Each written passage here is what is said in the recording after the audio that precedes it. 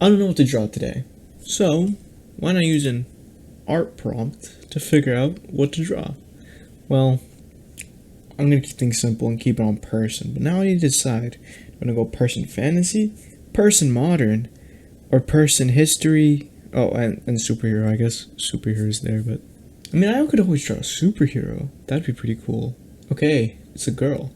She sees your soul. A beautiful and psychic superhero looks intensely at the viewer. My reading skills are impeccable. She should look beautiful, but with a few details that set her apart from most civilians. The eyes, more intense than usual. Perhaps a little hint in her outfit or style or hairstyle color. So let's break this down. She sees your soul, a powerful psychic superhero, beautiful, intense eyes, blue, some sort of blue outfit, a psychic superhero. It's more like,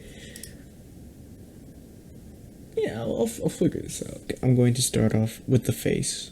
Give it a nice, pleasant smile because she's saving you. Oh, okay. Yeah, remember to always flip your drawings. You're always gonna find some weird mistakes in there. With a few details that make her look different from most civilians. So I'm supposed to make her look beautiful and unique. I think you can most definitely be adding a scar over her eye, a very intense look with her eye. You know, this is a lot to do with eyes here, so I think having maybe a scar right here.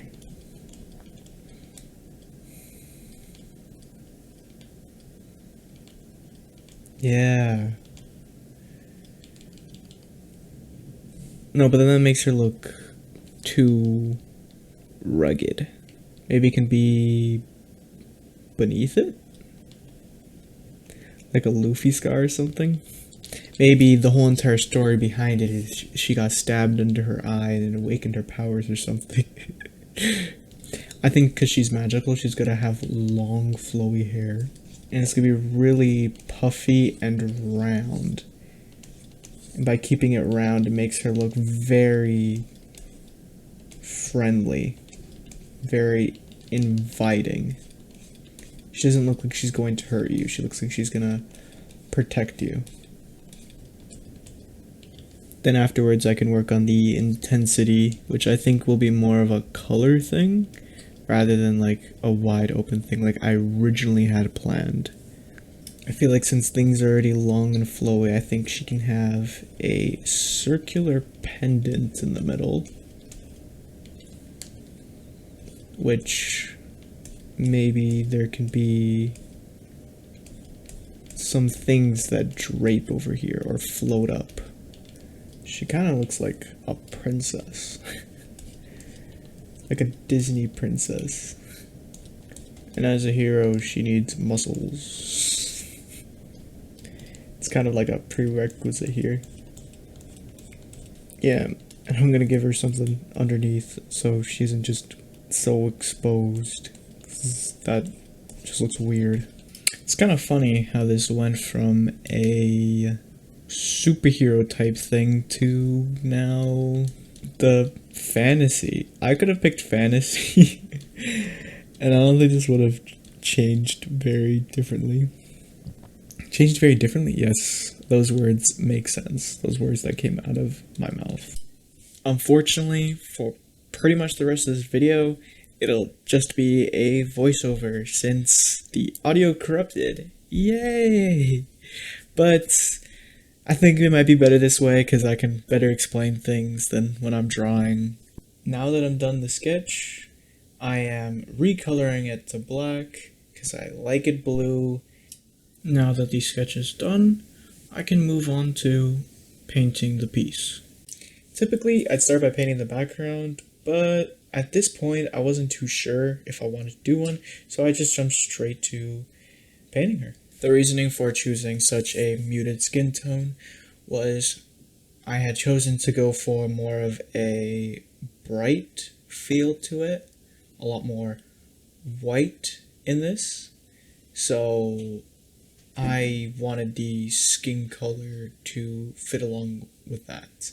Now that all the white is in place, I had decided to add a bit of black into the hair just so that there's a bit of contrast. I still wasn't 100% sure on the accent colors for this piece just yet. I was kind of just winging it, and you know, choosing something like black is very easy because it's white.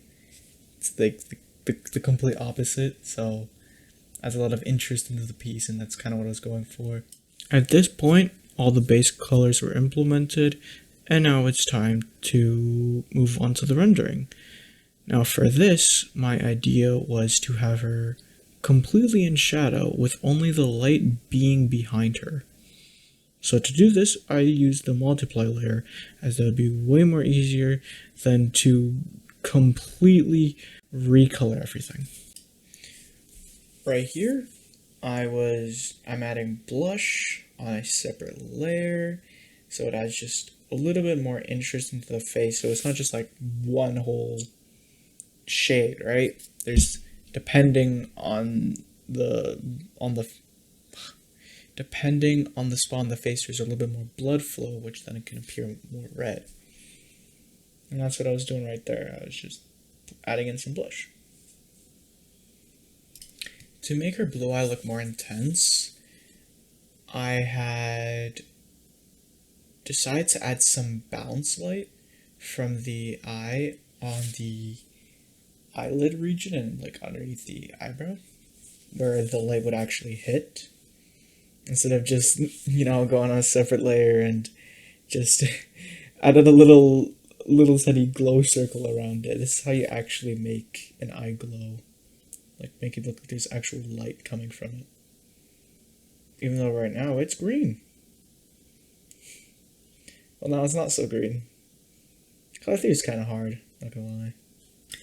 Time for the lips. I started off by shading the lips with my darkest color, making sure that both the top and bottom are shaded and even blending it in a little bit. One thing you gotta make sure about drawing lips is to add a little bit of a highlight to give it that juicy look to the lips, because everybody loves that. For the ends of the mouth, I like to add a little bit of shadow just to make that indentation more prominent. And I think it makes it look pretty nice. Right here, I was adding in it's that red edge against like a bright light, like when you put a flashlight up against your hand, the blood kind of lights up because like it bounces underneath your skin. That's what I was adding right there. It always looks so nice. Adds a little bit of flair to it, if you ask me. So this character was a princess during the medieval times. She was the daughter of two very evil rulers, being the king and the queen. The people that they ruled over had kidnapped their child, being this character here, and threatened to kill her for money because they were quite poor, as the tax was quite high. She was quite a brat. I don't even know what I'm saying anymore.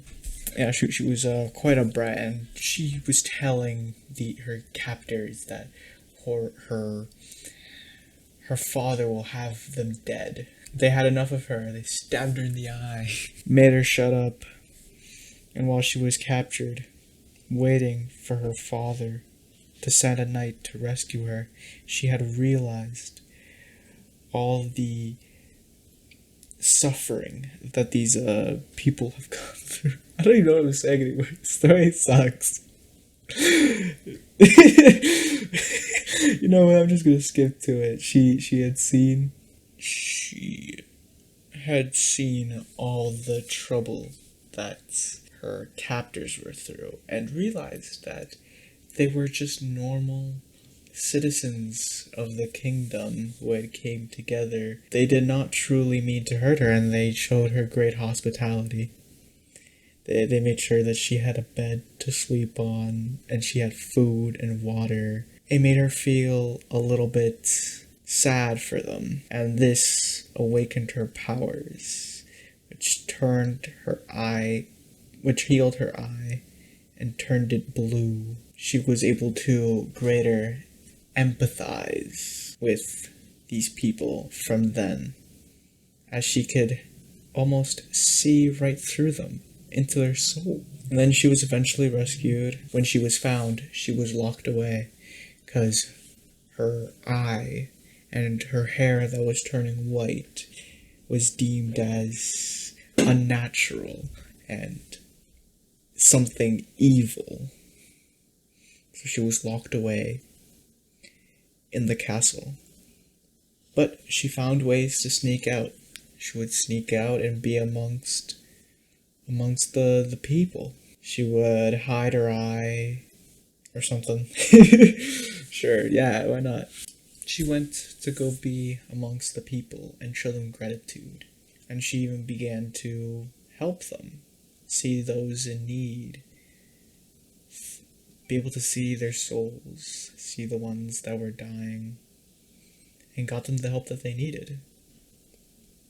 Soon, her father found out about this, and she decided to rebel against them. She left the kingdom, and when she returned, she was all grown up and had complete mastery over her power, and now she fights her father's army with the help of the people.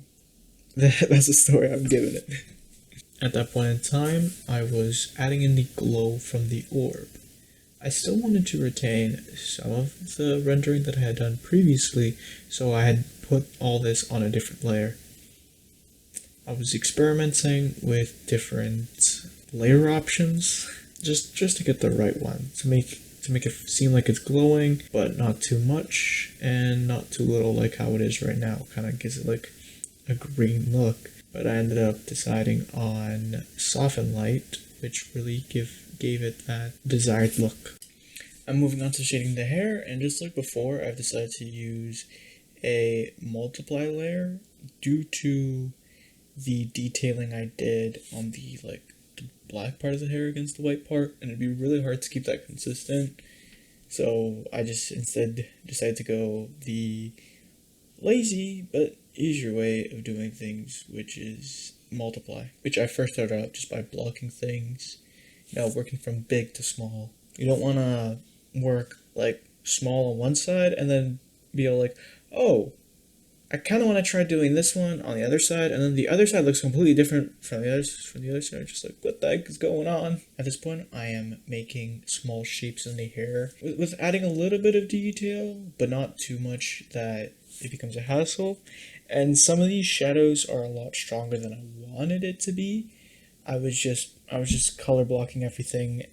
Now that I'm done blocking the shadows, I can move on to making some of the shadows darker, making some of the shadows lighter, and just adding overall detail into the hair. First starting off with the darkest parts, and then making my way up to the lighter parts. Adding in some light from the orb onto the hair, as well as a bit on the clothing. It adds a lot of visual interest. It just makes things look better, honestly, just having a secondary light source.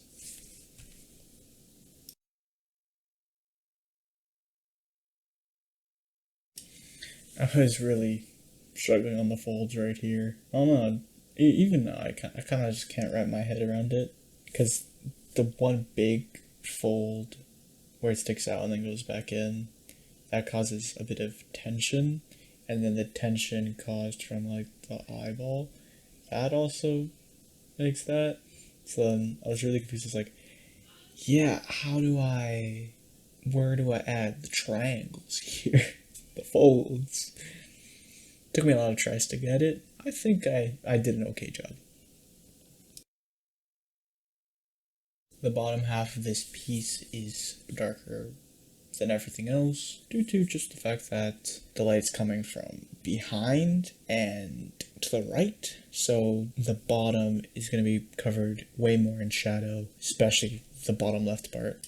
Here I started giving the shadows the emblem, making it more have like a 3D look. Maybe it's made of like some sort of prism, like what am I talking about? A rock thing? Prism rock? I don't know. I think it was quite effective, making it look less flat and more like it's an actual three-dimensional object. Right here, I started to add the shadow for the hand. The furthest parts of the hand had the longest shadow, as well as the most separated shadow from the actual finger, and the fingers closest to the light had the closest shadows. I had used a multiply layer for this, as it just made things way easier than going through the little tiny details and switching all the colors to be a little bit darker and all by the same amount and making sure it looks good. And now that this is relatively finished, I had decided to add in a background, make it lighter in the top right where the light source is, and then make it darker in the bottom left, just making her look more like she's actually a part of the background instead of floating in some empty void. And the way I do this is by using very, very broad shapes for the shadow, and kind of just like cutting into it with either darker or lighter colors, giving it more of that painterly feel, making sure that it's not too smooth and has a bit of visual interest in it, honestly. For this part, I decided to add in some magical elements here. Little tiny floating mana or something. I just used broad shapes again and was just cutting into it, getting the desired shape that I wanted. And I just repeated this process over and over. A lot of these, light elements were a little bit too much of a hard light, so I decided to soften it with the soft eraser